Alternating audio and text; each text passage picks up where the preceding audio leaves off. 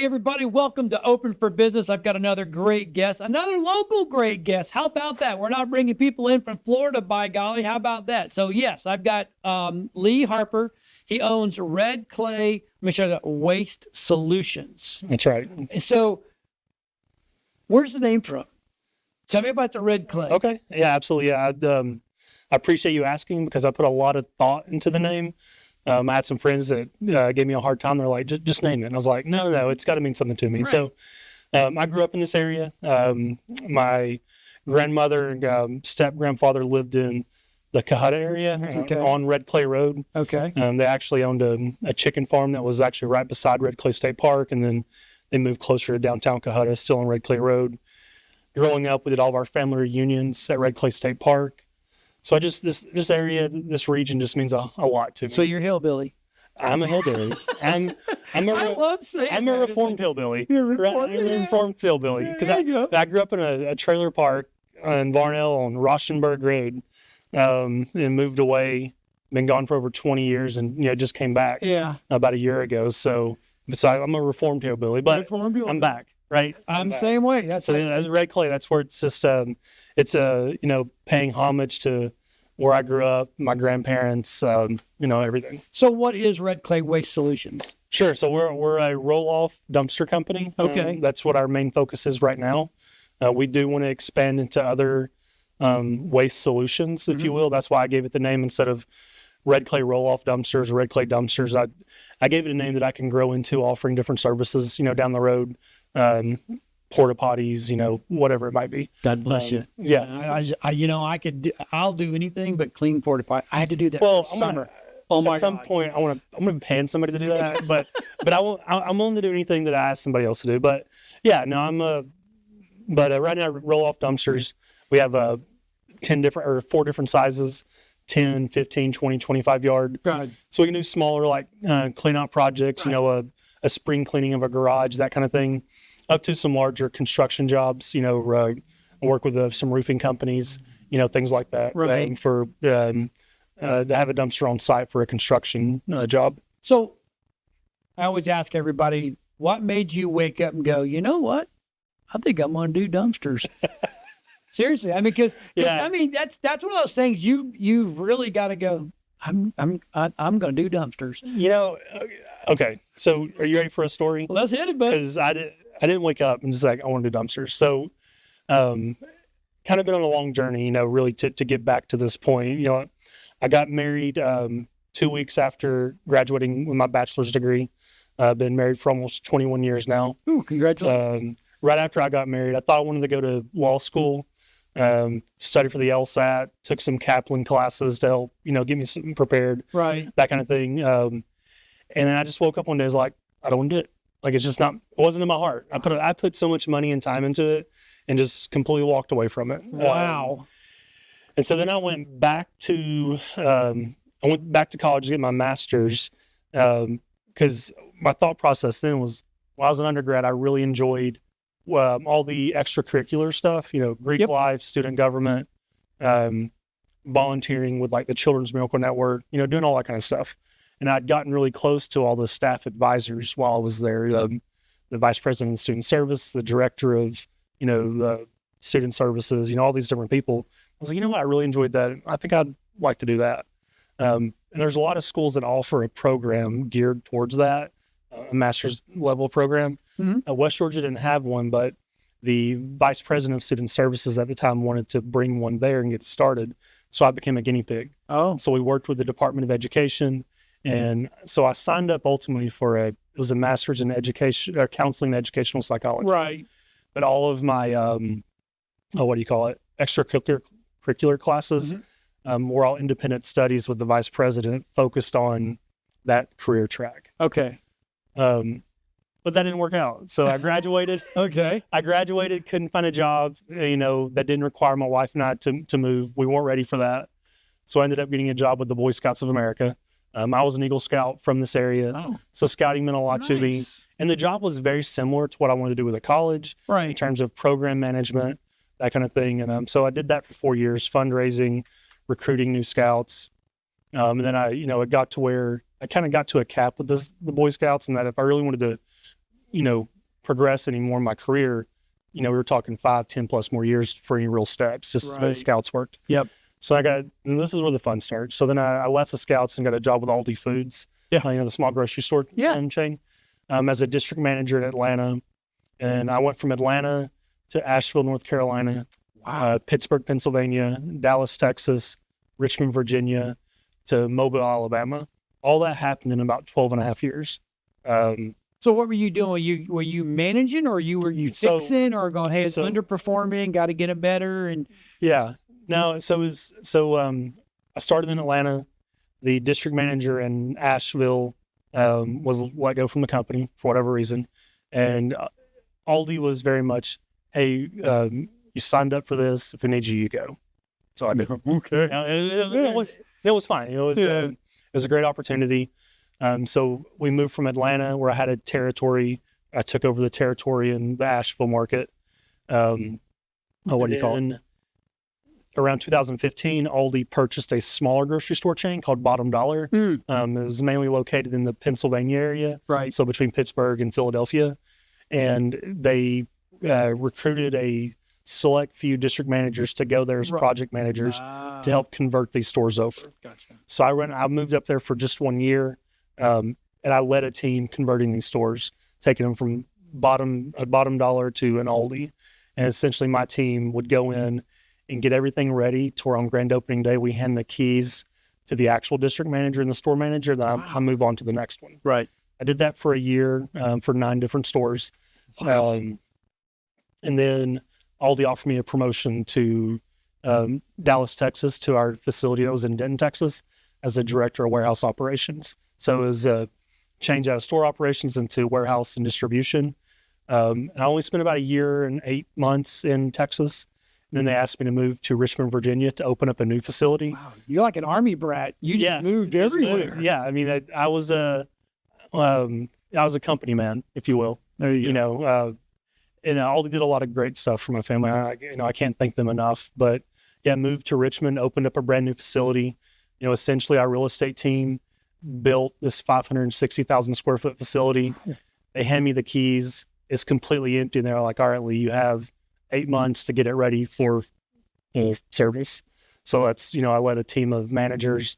We did, recruiting and training of 120 plus new people. Oh my gosh. Setting up the facility layout, all the getting it ready from all the government agency standpoints. Yep. FDA, EPA, had to register the Department of Homeland Security because our refrigeration system used ammonia. And when you have so much ammonia, right, you become a terrorist target. Yes. So I had to work with Department of Homeland Security. So I moved there, opened the facility, ran it. I was there for about 3.5 years. And they asked me to move to Mobile, Alabama to do the same thing again. Okay. What do you call it? That's where the journey with Aldi ended. Needed something that was going to keep us local, if you will. So I started looking for other jobs, and I found an opportunity back in Dalton. I wasn't necessarily looking to move back to Dalton, but that's where the opportunity was. Right. So it was an easy decision, right? Because I already had family and friends here. But unfortunately, I worked for it was a 3PL company that they did a lot of different things for different organizations or businesses, transportation, distribution, production support, you name it. Yeah. They did it. Our customer here was Q-Cells, the solar panel. Solar panel. Yep. So I was a general manager in that facility overseeing their distribution operation. So inbound, outbound, and also production support. Unfortunately, they canceled our contract. And so my company was like, all right, Lee. Last one in, first one out. Well, they really liked me. I'd done some good stuff for them, and had a good relationship, and they wanted to keep me, but it was going to require us to move to. The options were Kansas City or Winston-Salem.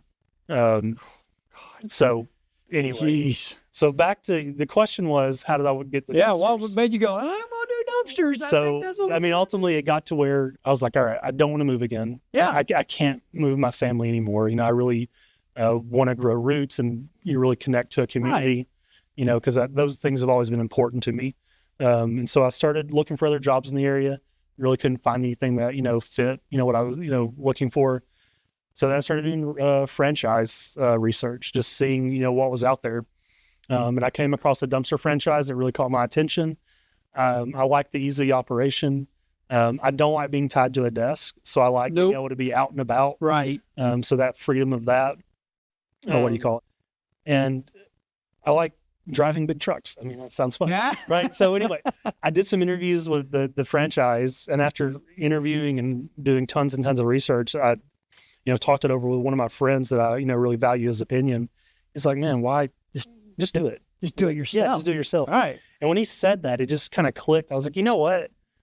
Oh, what do you call it? I can do this. So anyway, that's where the idea came from. And, I didn't necessarily wake up one day ready to, go to the landfill every day. Right. Well, But what it does give me is the freedom to do things how I want it. I'm not tied behind a desk, and I'm out there able to connect with the community in a way that I've never been able to before.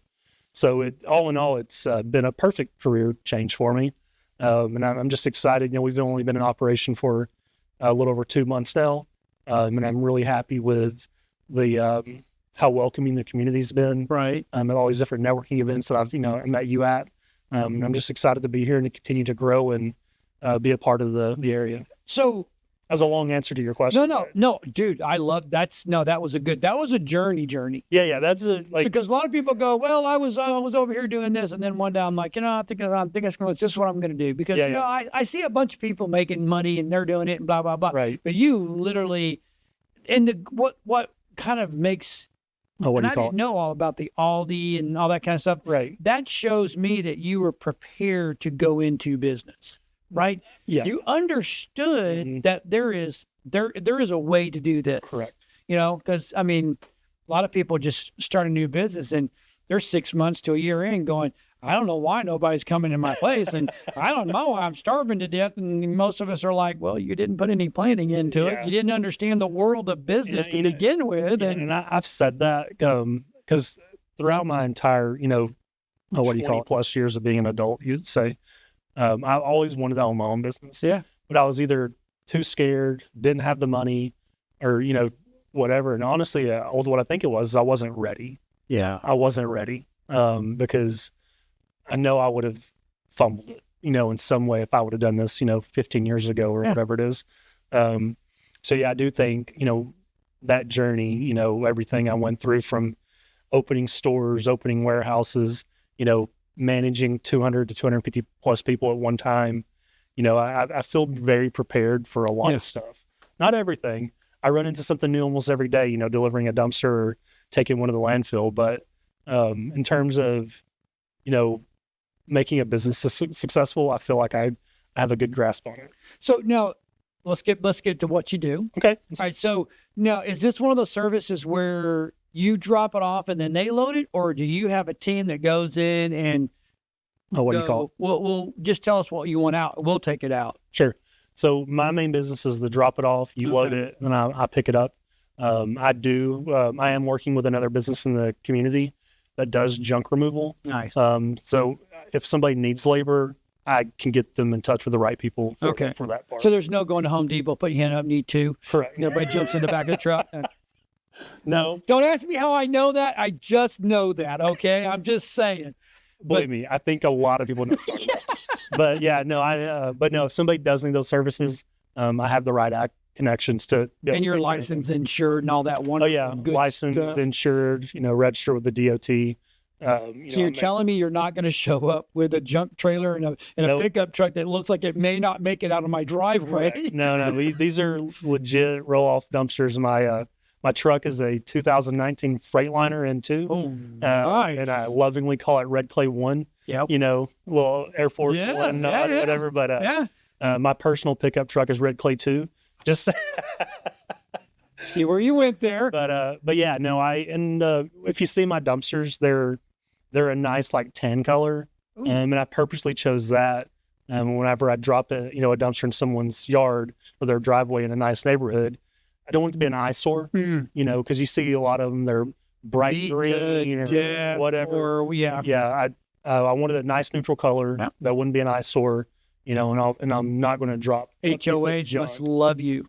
I don't know. Maybe that is one of the, okay, so I know this because of my wife and then what she does for a living, and because we know a lot of realtors. Do you know that HOA complain about the dumpster people get dropped off, because you have to get a permit and all the HOAs, and they're like, oh, they're this gaudy green or this nasty looking blue, or but having it that color, it blends. It's not an eyesore. It's clean. So they're like, oh, that's pretty good. Yeah. And I also, for those, customers that, what do you call it? Nice house, nice driveway. I also offer driveway protection. So anytime I put a dumpster down in the driveway, I have these wooden blocks that go under the wheels and the front to ensure that, no metal is scraping the driveway. So I want nice. That is so. Now, how far of an area do you cover? So my home base is Tunnel Hill, right on Georgia 2, not too far from here actually. But I go about 35 to 40 mile radius. Okay. So that gets me, down to Calhoun, north to like Ottawa, out west, Rossville, Lafayette.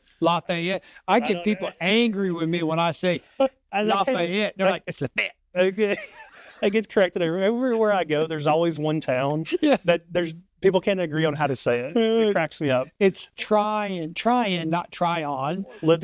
So we're in Dallas. Our town was Corinth, Texas. So some people say Corinth, some people say Corinth. It's Corinth. It's Corinth. That's what I say it. Yeah. That's how I say it. Yeah. But so many people correct and tell me it's Corinth. I'm like, I don't think so, but okay. Yep. Then out east to Chatsworth. Oh wow. Okay. Kind of everything in the middle. Well, so that is a pretty bubble. Yeah. I think it covers the major, in Cleveland, the northwest Georgia, East Tennessee area. Yeah. So now, what do you call it? Once it's filled, you come pick it up, dump it. Mm-hmm. Is it typically a 1 day, or is it 2 day, or sometimes I need it for a week type of thing? Yeah. So I have 3 day rates and 7 day rates. Okay. A lot of like my roofing companies love the 3 day rate because those guys flip it. They're in and they're out. Sometimes in 1 day, and then my 7 day rates, you can drop it on a Wednesday or Thursday, then you have it for the weekend to work if you're cleaning, a house out or, that kind of thing. But then with my contractors, I have, special rates for those guys. If I know it's going to be repeat business, we'll work out a deal, with them to ensure they're taken care of. So what are you seeing lately? Is it more commercial guys that are using it more, or residential? Right now, I'm probably like 50-50. Really? That's good. Yeah. Because a lot of people I talk to, it's like, oh yeah, I'm the commercial guys. Just keep me slam busy. Yeah. No, it's been a good mix, 50-50 between contractors and, residential stuff. So, which is what I was aiming for, based on my research and the franchise I talked about, that's how they modeled it as well. And I'm seeing those same results. That is phenomenal. Yeah. So, are you busy right now? You got any available? What do you call it? Because I'm going to play this week, and if someone goes, hey, you know what, we got to do this week. Yeah. I really don't want to clean a house out. Yeah, I have plenty of availability. And I wanted to ensure that starting. So I have 32 dumpsters. Holy cow, dude. Yeah. So I have 6 10 yards, 6 15, 10 20, and 10 25. So I have availability. My contractors like it because I can flip them really quickly and they don't have to wait on anything. How many are roll off? How many are wheels? Like one's like some that's like.